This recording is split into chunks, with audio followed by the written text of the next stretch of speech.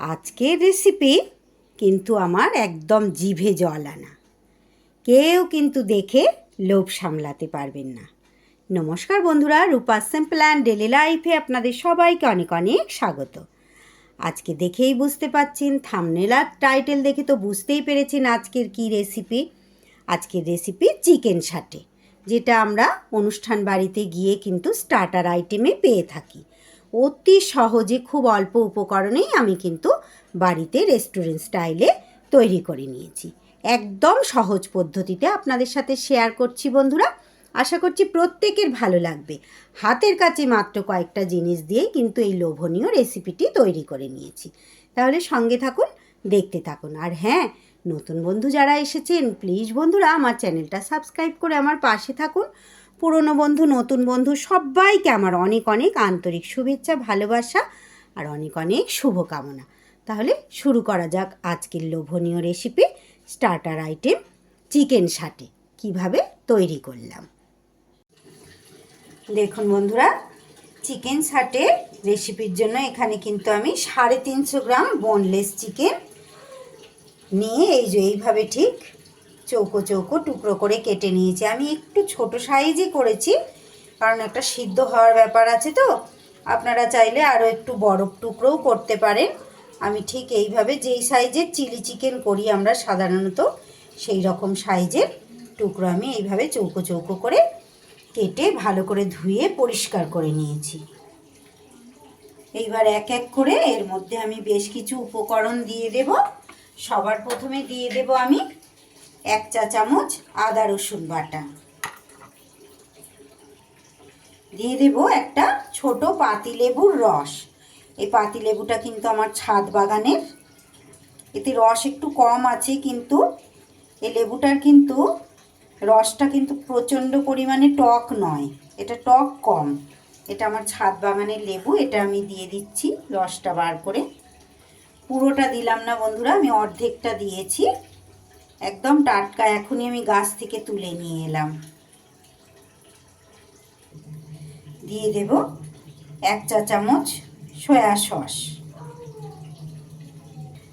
দিয়ে দেব হাফ চা চামচ গোলমরিচ গুঁড়ো, দিয়ে দেব পরিমাণ মতো নুন, দিয়ে দেব 2 টেবিল চামচ কর্নফ্লাওয়ার। কর্নফ্লাওয়ারটা আপনারা চাইলে কিন্তু 1 চামচ কর্নফ্লাওয়ার আর 1 চামচ এখানে ময়দা দিতে পারেন। আমি কিন্তু 2 চামচই আপনারা ময়দা দিতে পারেন, বা আমি যেরকম দিচ্ছি 2 চামচ কর্নফ্লাওয়ার এটাও দিতে পারেন, এটা আপনাদের ইচ্ছে মতো দিতে পারেন।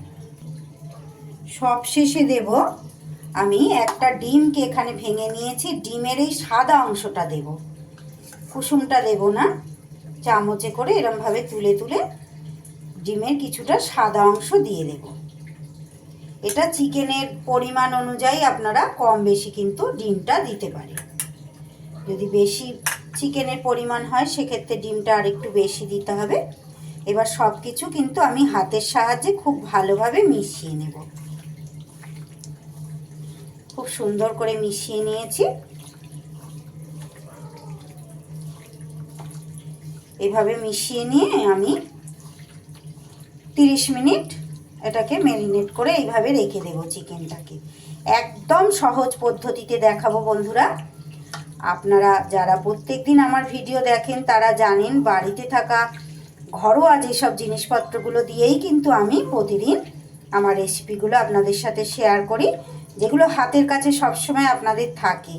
হাতের কাছে সব কিছু থাকা উপকরণ দিয়েই আবারও কিন্তু একটা রেস্টুরেন্ট স্টাইলে একটা রেসিপি আপনাদের সাথে শেয়ার করছি।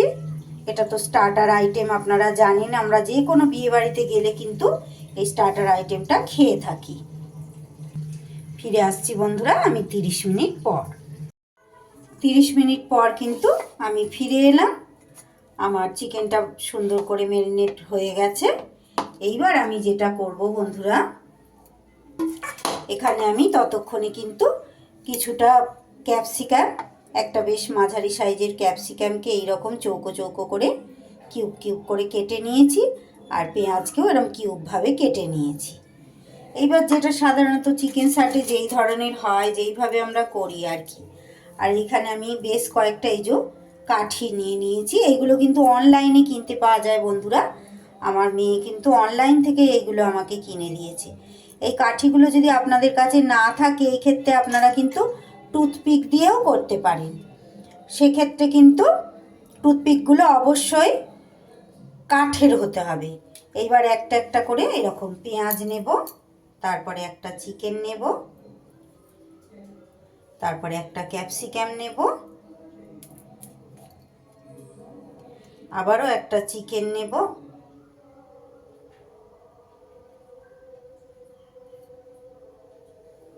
আবারও একটা পেঁয়াজ নেব, একটা ক্যাপসিকামের টুকরো নেব, সরি আগে চিকেনটা নেব পেঁয়াজের পরে, তারপরে ক্যাপসিকাম নেব। এরকম করে কিন্তু কাঠির মধ্যে আমি সুন্দর করে পরপর সাজিয়ে নেব। আবারও কিন্তু একটা চিকেন নিয়ে নেব এইভাবে, তারপরে আবারও একটা পেঁয়াজ নিয়ে নেব, এইভাবে আস্তে আস্তে নিচের দিকে নামিয়ে নেব। আবারও একটা চিকেন নেব,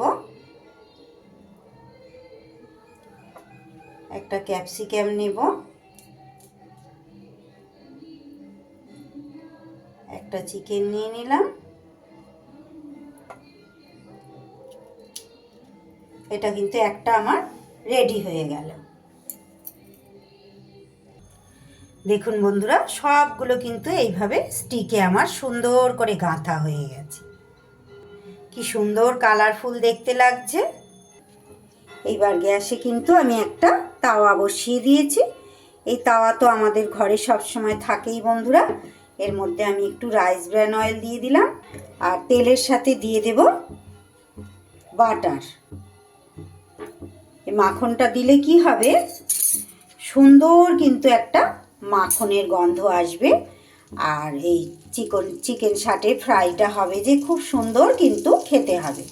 এটা কিন্তু চাইলে আপনারা ডিপ ফ্রাইও করতে পারেন। সেক্ষেত্রে কিন্তু আপনাদের মোটা করে কোটটা করতে হবে। যে কোটটা আমি দিলাম একদম হালকা করে, সেটা কিন্তু মোটা করে কোট করে তারপরে আপনাদের ওটাকে সেই ব্যাটারে ডুবিয়ে ডুবিয়ে তারপরে আপনাদের ডিপ ফ্রাই করতে হবে। আমি খুব ভালো করে তাওয়ার মধ্যে এটা তেলটা আর বাটারটা এইভাবে ঘুরিয়ে ঘুরিয়ে মিশিয়ে নিলাম।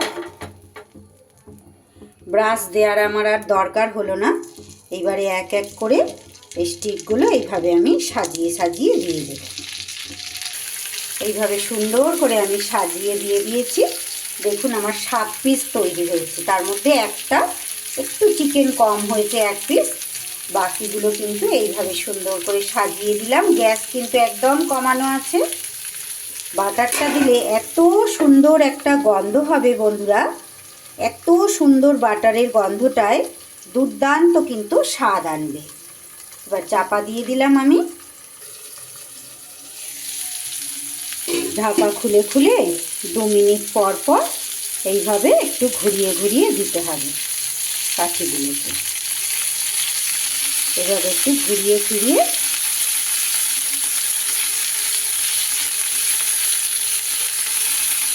একটার সাথে একটা লেগে গেছে বলে একটু আটকে আটকে যাচ্ছে।